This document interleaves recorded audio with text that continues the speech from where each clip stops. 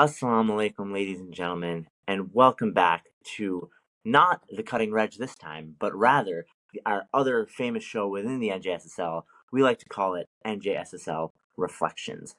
I'm joined today by one of the most esteemed colleagues and men in not just in the NJSSL but in the New Jersey community as a whole, and certainly a staple of Astana Zehra, a staple of New Jersey, a man whose heart, soul, and blood and sweat and tears all will live forever in this state until he moves out. But What is going on here? Oh my Okay, goodness. go on, But go please on. Thank you. welcome my guest at this time, Brother Zain Naqvi. Zain, how are you, my man? Good, Reg. How are you doing? Thank you for the very nice introduction. Very embellished and unnecessary, but good to be on the podcast with you today. Yeah, well, it's good to have you. It's good to have you. How we're about a week into this Ramadan. How's it been going for you so far? Surprisingly, it's been pretty good. Usually, the first couple days or the first week for me is difficult, a bit of a transition. Yeah. But I think this year's actually kind of worked out to be pretty good. Maybe it's the work from home. Maybe it's a combination of various things. But so far, it's been going pretty good. Good, good, good. Yeah, I mean, it's yeah, I'm sure part of it is the fact that it's getting earlier, in the calendar year, so maybe the fasts are getting a little bit shorter than they were, when they were back in the summer. For sure. Um, but yeah, so Zan, tell us a little just about yourself in general, and then we'll kind of delve into it from there. Sure. So obviously, as Reg mentioned, I'm Zain Naqvi.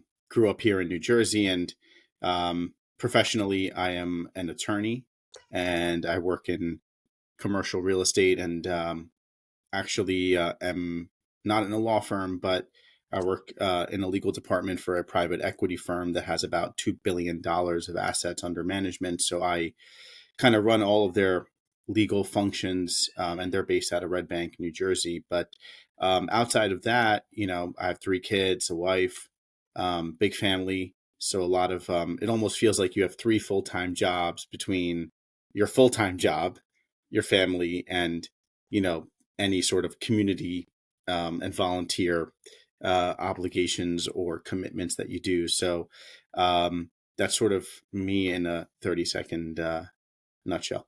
No, that's you hit it spot on. One of the things that you mentioned was that you're working kind of for a group in Red Bank, which is, I believe, in Monmouth County. Yes. And I believe you grew up in Monmouth County too, pretty much most of your life in Alpin.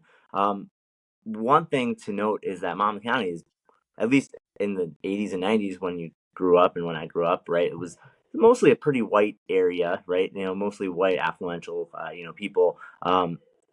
What was it like being a Muslim for you? And really, now that it's Ramadan, like, what was it like kind of growing up, observing fast, being regularly at the mosque? Like, did you bring that, or did you kind of incorporate that, into your life, and amongst like your school peers and things like that? Or how is that like for you?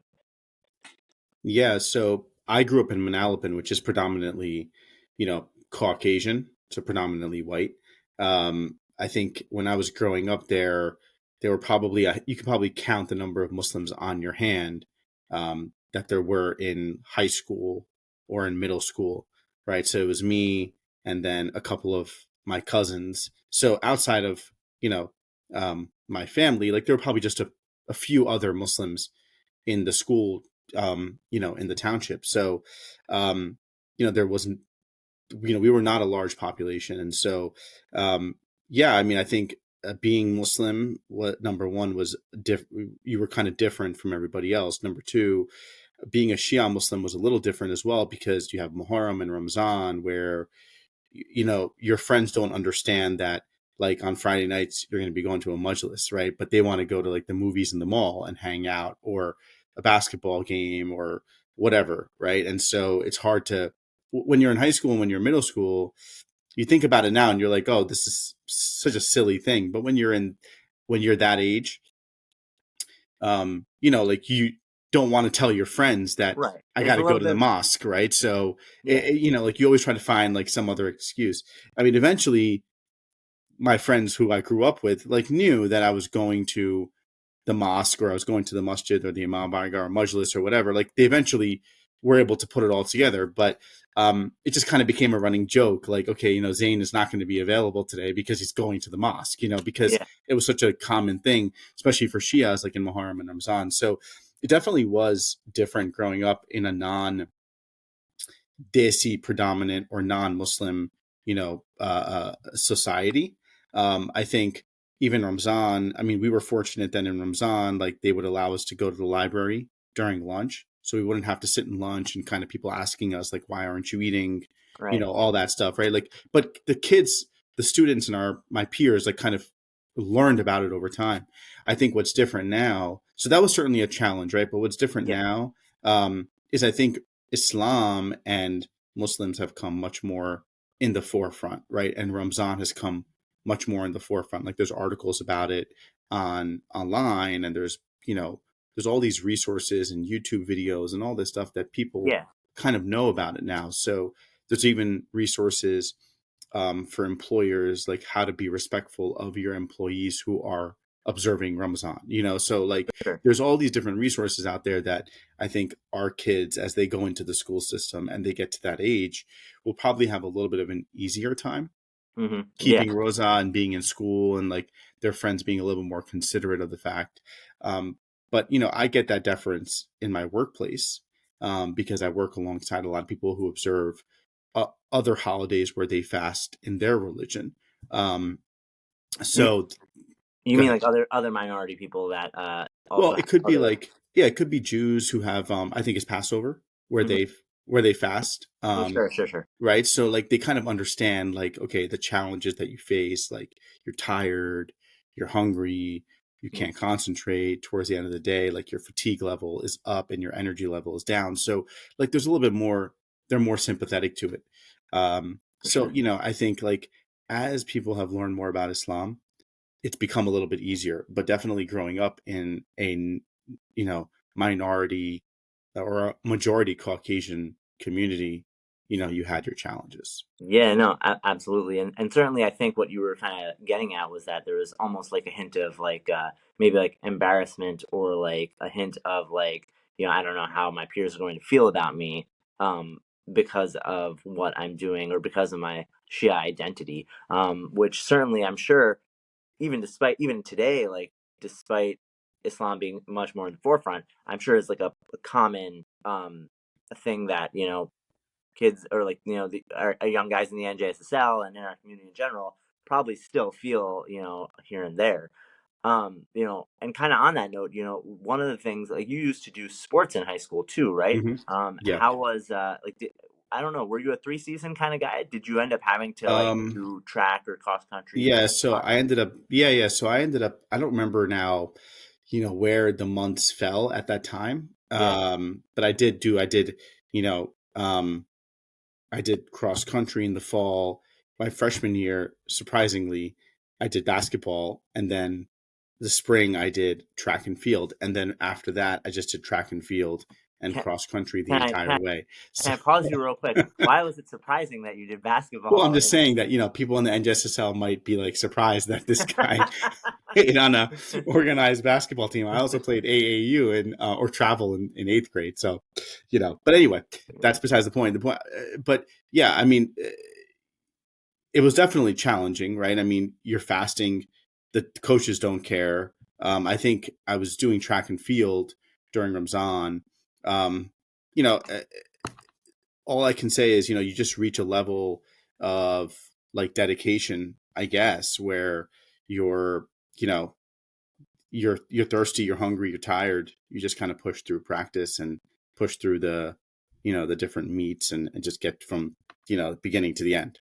I mean, Oh that's it, my god. you know. That's a So no, but it's impressive and it's a feat. Like would you now as like an adult, would you recommend let's say your own kids or recommend against them to like do sports while fasting?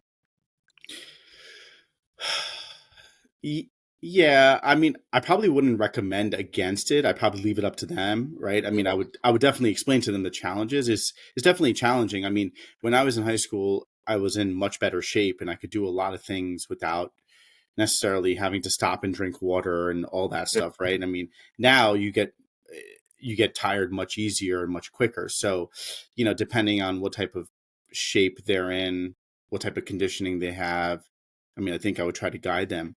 I think pushing your body to those limits while your body's in a state of fasting Hmm. is a sign that your body is getting stronger or is able to handle more, or that you are mentally more that you're mentally stronger because you can overcome what you might be feeling.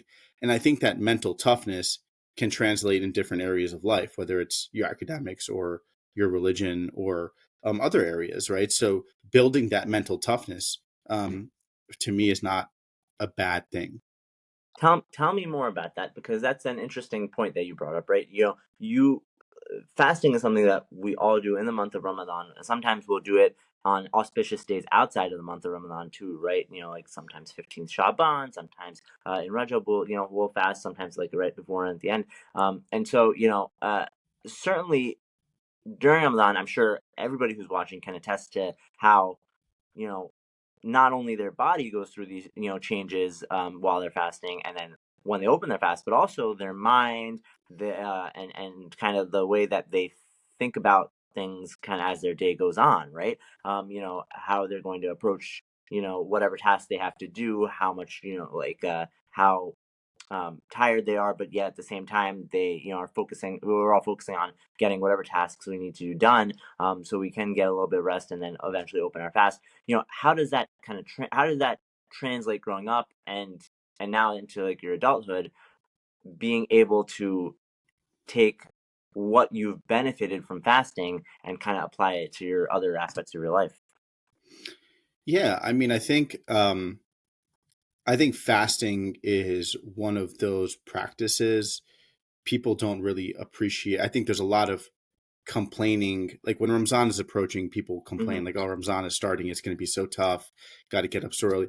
But like if you really like step back and kind of look at what you're doing during Ramzan, um, and I don't know, for me personally, like when I'm in a state of fasting, I don't know, my body just feels cleaner, lighter. Like you just feel better. Better. You just feel like you don't. And then you know when you're reading namaz, like it just feels more connected than when you're outside of Ramzan.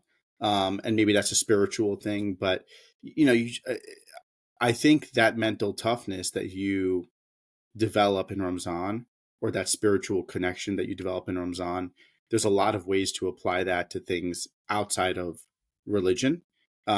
It's also a way to remind yourself that if you've gotten through this tough time or this difficult challenge that you had, that you can get through other difficult challenges, right? I mean, it's all about, like they tell you in sports Hmm. and everywhere else, like 98% of it is mental, right? Like, and so is like, so is this exercise of like fasting. And so, I think that people who look at rosa as being a difficult thing will have a difficult time.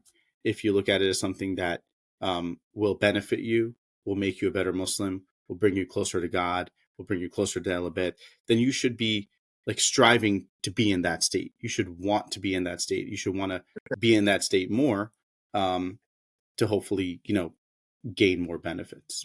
Gain more benefits. And it's interesting that you said that, because I'm sure as you were younger, and as probably all of us did when we were younger and when we first started fasting, we probably thought of it as like, oh, like it's Ramzan, it's going to be hard, it's going to be tough. And then as you've kind of done it throughout the years, and as we've all matured, learned more about Islam, gained more knowledge about our religion and ourselves, and as you pointed out at the beginning of the show, like this Ramzan so far, it's been easier for you than in previous Ramzans, the fasts. So, Yep. I think that's definitely like an interesting way to think about it, that, you not only are you building, mental toughness, but your body is basically learning that it can, take on much more than we probably give it credit for. Correct.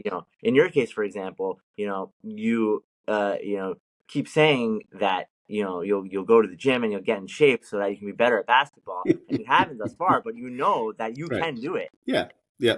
Well, I think, if you compare yourself today to looking at yourself when you were 17 or 18, like there were a lot of things that we had at our fingertips that we didn't appreciate, right? Ramzan being one of them, the ability to engage in rosa and like kind of build that spiritual connection.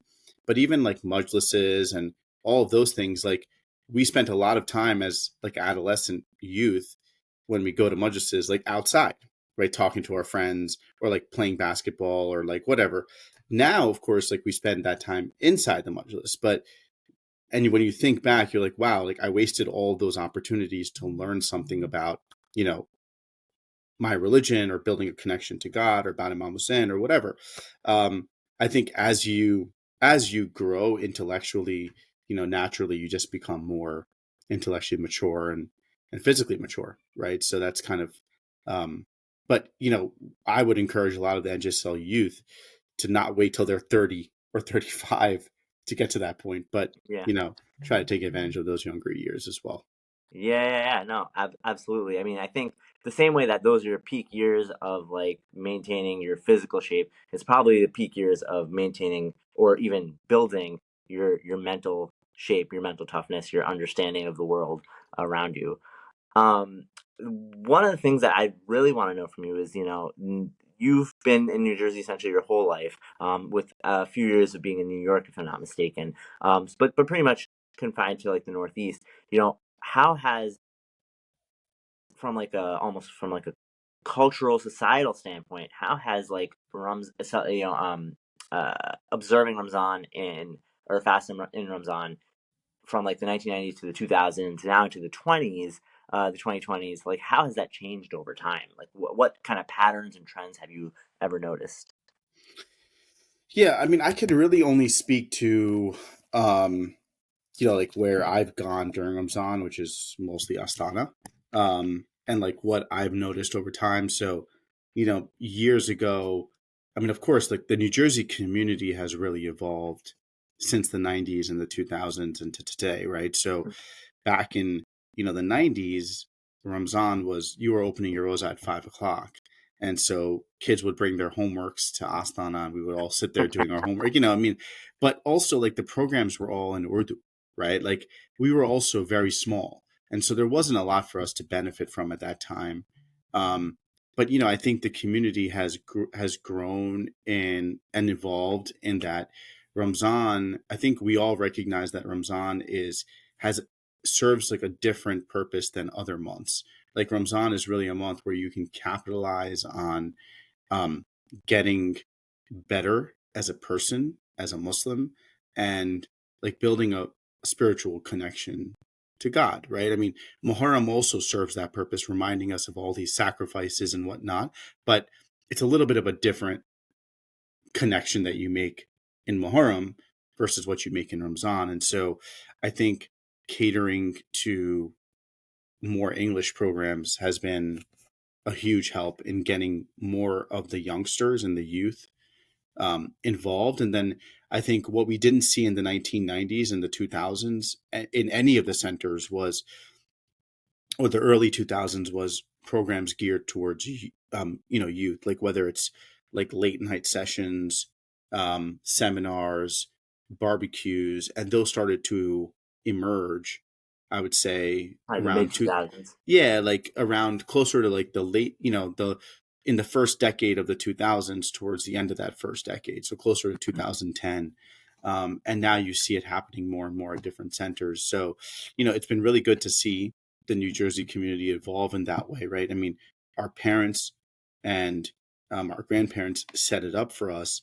And now, as we get more involved, like we have to do what will attract and make the younger crowd feel more comfortable. So that could be a barbecue or an all nighter or a seminar or a session or something. But we got to find a way to connect them so they also benefit and feel like they're benefiting from the programs. And I think New Jersey has done that over time. Yeah, no, it's definitely made some very unique changes as the people in our community have changed over time. And kind of also at the same time has maintained a lot of aspects of what was kind of first brought in as the community first settled in New Jersey as well over time too. Um, one of the things I would definitely be interested in, knowing from you is, how do you anticipate the next 20 years or so of being a Shia in New Jersey, either during Ramadan or or outside of Ramadan, right? Like how do you anticipate this community looking like in 20 years, and what do programs in Ramadan look like 20 years from now? Yeah.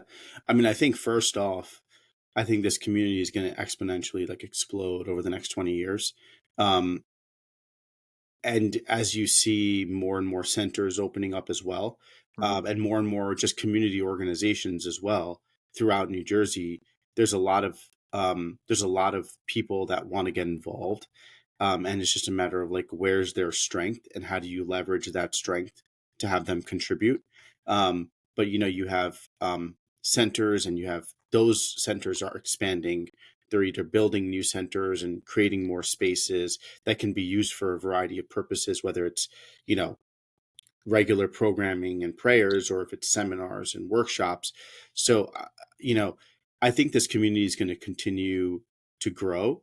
And I think, Ramzan is going to continue to play a very critical part. I mean, my hope is that we continue to keep, and when I say we, I mean, we're now in our 30s, right? So like we're kind of going into that stage where like we have a responsibility to the younger people in our community to make sure that we don't lose them. Yeah. So Can I interrupt you real quick? You're still in your 30s? I'm still in my All right, 30s. just had to make sure. Okay, sorry. Go on with what Yeah. you're saying. So, I think we now are in that we're in that role now where we have to look back and say, make sure that we're not doing stuff or pushing for programs that are going to lose our youth, who are the 15, the 16, the 17-year olds, people that are 20 years younger than us. Yeah. So, you know, we need to make sure, I think, over the next 15 or 20 years that we're doing what we can, whether it's during Ramzan or during Muharram or during any part of the year, to continue to attract youth. And I think that really, to me, starts with solid English programming. Um, we can't force someone to come, but I think if you're having it in a program that they don't really, or if you're having it in a language that they just don't really understand, yeah, it becomes tough to attract them. So I think, trying to continue to push those types of programs will help. But I think the community is going to continue to grow. Our centers are going to grow. Our Ramzan programs are going to go. You're going to see different other organizations having Ramzan programs, and I think that's a good thing for the community. Yeah, and I think, kind of along those same lines, there's, you know, the same way that, for example, there's been a lot more restaurants that have opened up. There's obviously a lot more Muslims in the area. Certainly, some people have left from, New Jersey to kind of go to other communities, but I think they only get replaced in masses by more people coming in. And certainly the people that are already firmly established here growing their families and continuing to grow as well.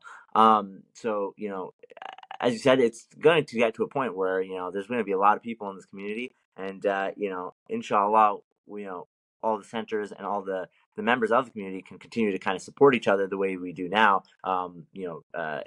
In spite of all the growth.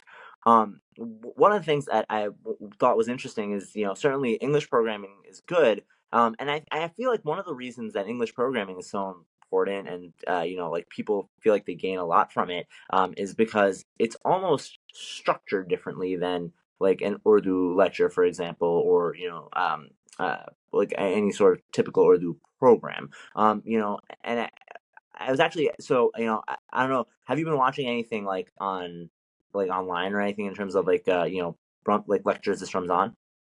I've watched a few, nothing Well, consistent, but I've watched a few.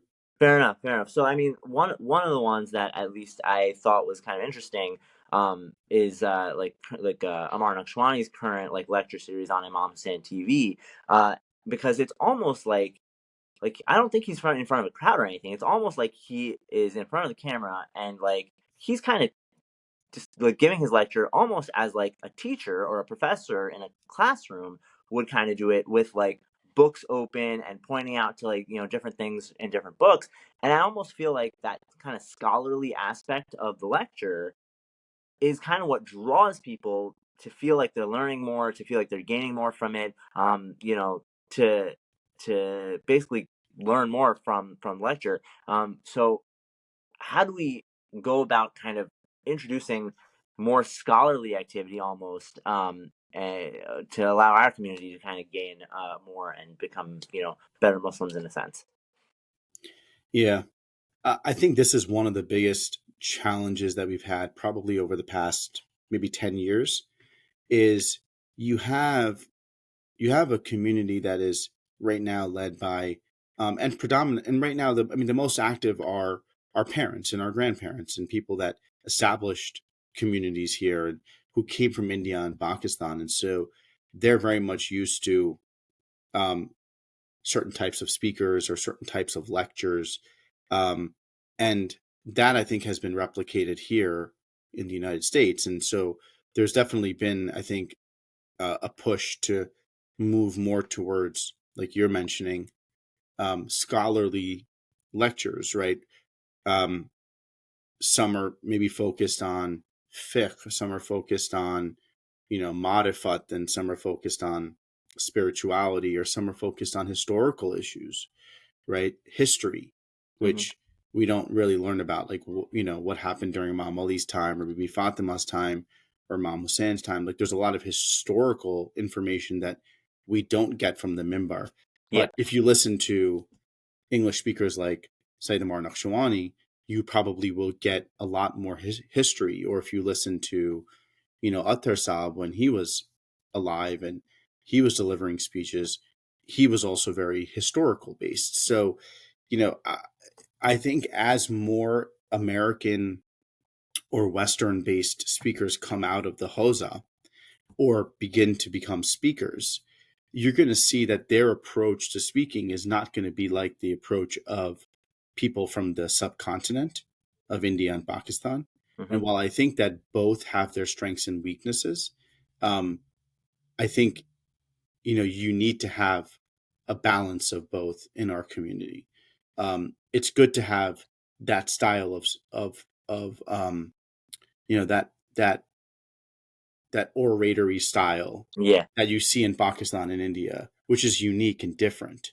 But those topics are different than what maybe people who grew up here in America are interested in hearing about, or perhaps Or people perhaps need to hear about. or need to hear about, Yeah. or again, like Hosa students and scholars that grew up in America can address issues that people in America are facing, right? Like wearing hijab in school, or you know, being Muslim in the West, and like right now what's happening in the geopolitical world and how that affects Muslims going to school, right? I mean, there's a Hmm. lot of things that I think Muslim youth are in need of, but they don't quite get it from speakers that come from the subcontinent. And so And it's I probably not think even it's limited to Muslim youth too, right? It's probably also like Muslim adults, like, if you're working in a primarily Jewish area, for example, or primarily, I shouldn't say Jewish, I should say pro-Israel area, being a Muslim in that could be a little bit, difficult. Like you might have a set of challenges that you are dealing with, even if you are in your 30s or 40s, and you might not know how to navigate that, if you're not really just like talking about ways to navigate that you were taught from like your religion and otherwise. Yeah, I mean, there's a lot of benefits, and I think each person is a unique situation. I can talk about what I experience here in the Northeast in North America. Somebody who's living in, the UK, or living in France or Germany or Italy could be experiencing something different. Totally But I different. think, that there's again there's an evolution happening, whether we want to accept it or not. There's definitely an evolution that's happening. Um, Maybe it's happening quicker in other communities than it is in New Jersey, but I think it's inevitable, right? 100 years from now, or 50 years from now, like, will our kids be looking for an Amar Nakshawani type speech, or will they be looking for, a speech that you might find in India or Pakistan? And the answer might be both, but I think you're going to find that a lot of them are going to gravitate towards those types of topics and that type of speaking style. Um, and hopefully we can continue to instill in them the need for both. but I just think that that's how these things are going to change over time. Yeah, awesome, awesome. It's definitely good insight from somebody who's been around for many years and seeing all the different ways things work in Ramadan and outside of it. All right, so let's kind of wrap it up. Let's if think I want you to think. I mean, you actually have been thinking a lot about the youth as you've been talking. But for all your Abbas Nathanis and Adi Shahs and Ali Jawad Varsis watching, what are your final words of wisdom to all of them? Like, how do they make the most of this month of Ramadan?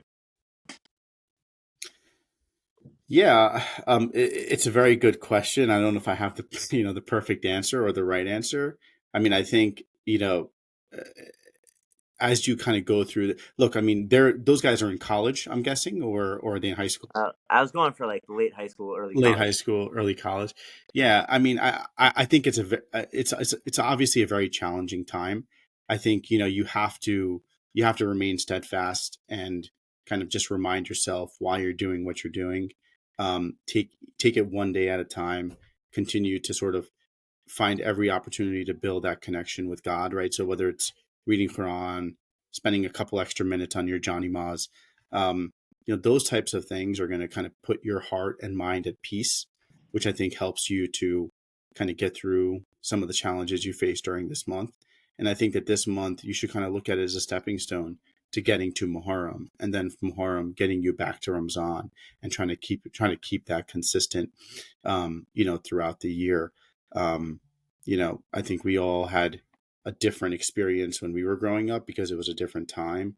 Now, I think with Islam being, um, people know a lot more about it. So, you don't have some of the same challenges of trying to hide your identity and not tell people that you're fasting. Um, so, I think that it's just an opportunity that I wouldn't squander, right? I would try to capitalize as much as I can during this month.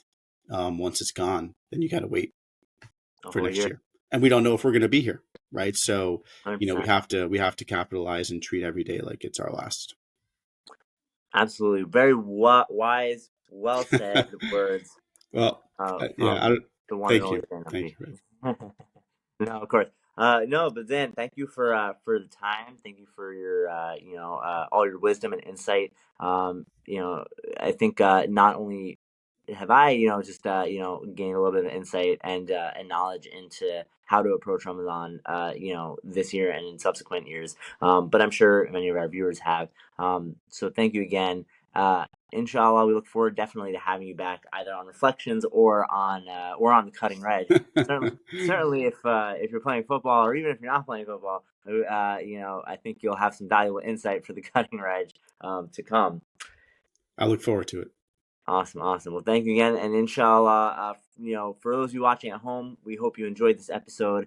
We hope you're able to tune in to our next one. Inshallah, we'll have another NJSSL Reflections episode next week, and probably a Cutting Edge episode at some point in the next few days to discuss the results of the football draft. Until then, friends, stay safe, stay alive, and inshallah, we'll see you soon. Shab Bakhair.